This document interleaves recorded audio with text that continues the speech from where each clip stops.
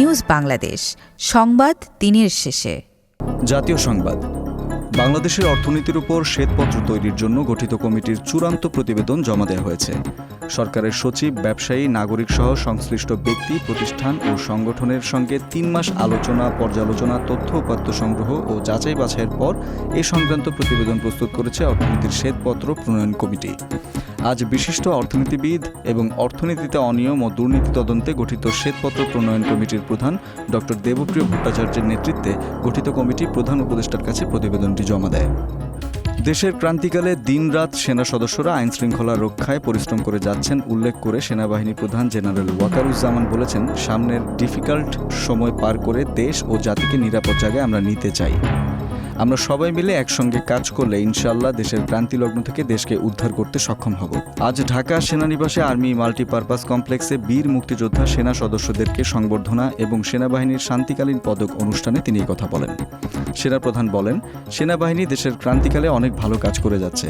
দেশ ও জাতি এই সেনাবাহিনীর কাছে কৃতজ্ঞ। দিনরাত সেনা সদস্যরা দেশের আইন শৃঙ্খলা রক্ষায় পরিশ্রম করে যাচ্ছে।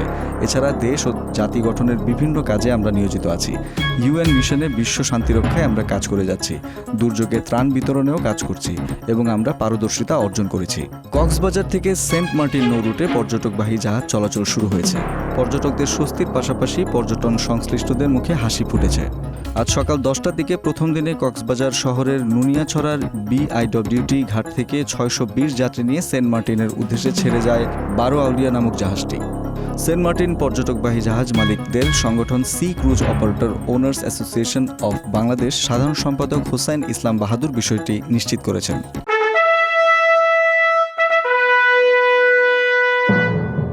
রাজনীতির সংবাদ।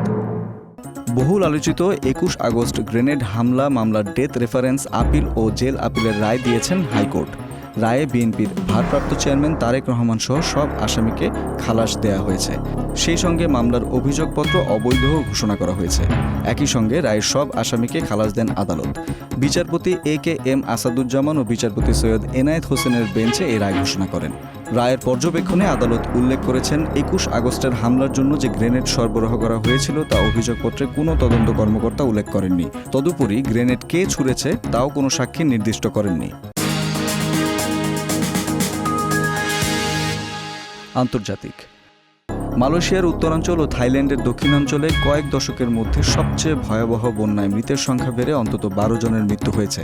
পানির স্তর বেড়ে যাওয়ায় গত 3 দিনে কয়েক হাজার মানুষকে নিরাপদে সরিয়ে নেওয়া হয়েছে। প্রাকৃতিক দুর্যোগের এই ক্ষয়ক্ষতি আরও বাড়তে পারে বলে আশঙ্কা করা হচ্ছে।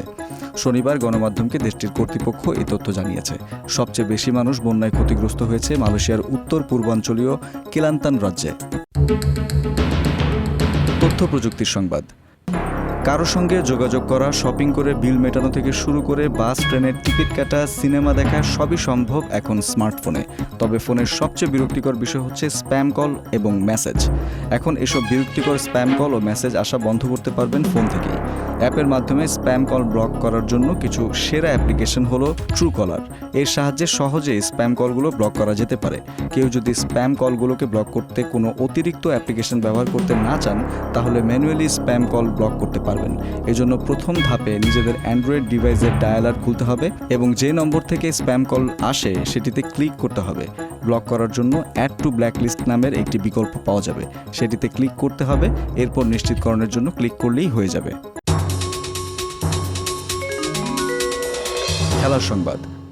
বাংলাদেশের হয়ে সবচেয়ে বেশি টেস্ট সেঞ্চুরির রেকর্ড বেশ কিছুদিন ধরেই মমিনুল হকের। তবে বাংলাদেশ ওয়েস্ট ইন্ডিজ কিংস্টন টেস্টের প্রথম ইনিংসে এক বিব্রতকর রেকর্ডের মাইলফলকে পৌঁছালেন মমিনুল হক। বাংলাদেশের হয়ে সবচেয়ে বেশি শূন্যের রেকর্ডও এখন এককভাবে তারই। বাংলাদেশের হয়ে সাদা পোশাকে সবচেয়ে বেশি শতরান যে মমিনুলের, সেই তিনিই এখন টেস্টে দেশের সর্বোচ্চ বা 0 রানে আউট হওয়া ব্যাটার। এখন পর্যন্ত 17 বার 0 রানে প্যাভিলিয়নে ফিরেছেন তিনি। ভেঙে দিয়েছেন বাংলাদেশের হয়ে 16 বার ডাক মেরে সাজঘরে ফেরা মোহাম্মদ আশরাফুলের রেকর্ড। 128 ইনিংস খেলে 17 বার 0 রানে আউট হয়েছেন মুমিনুল। 119 ইনিংস খেলে 16 বার 0তে বিদায় দিয়ে শেষ হয়েছে আশরাফুলের টেস্ট ক্যারিয়ার।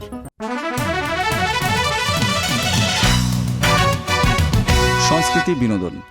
টেলিভিশন চ্যানেলের পাশাপাশি ইউটিউব কেন্দ্রিক নাটকে বেশ দর্শক চাহিদা রয়েছে অভিনেত্রী অহনা রহমানের। গত সেপ্টেম্বরে জিয়াউদ্দিন আলমের পরিচালনায় প্রবাসীর স্ত্রী নামের একটি নাটকে অভিনয় করেন অহনা রহমান। নতুন খবর হলো এবার আসছে এর সিকুয়েল। সমাজে প্রবাসীর স্ত্রীর কষ্টের গল্প নিয়ে নির্মিত প্রবাসীর স্ত্রী 2-তে দেখা যাবে অহনাকে। নাটকটির দর্শক সাড়া পাওয়ায় এবার নির্মিত হয়েছে এর সিকুয়েল, এমনটাই জানিয়েছেন নির্মাতারা। দর্শক, এই ছিল আজকের নিউজ বাংলাদেশ সংবাদ দিনের শেষ আয়োজন। দেশ বিদেশের প্রতিদিনের সবশেষ সংবাদ জানতে চোখ রাখুন www.newsbangladesh.com এ। লাইক শেয়ার দিয়ে সঙ্গে থাকুন নিউজ বাংলাদেশের ফেসবুক পেজ ও ইউটিউব চ্যানেলে। ভালো থাকুন, সুস্থ থাকুন। আল্লাহ হাফেজ।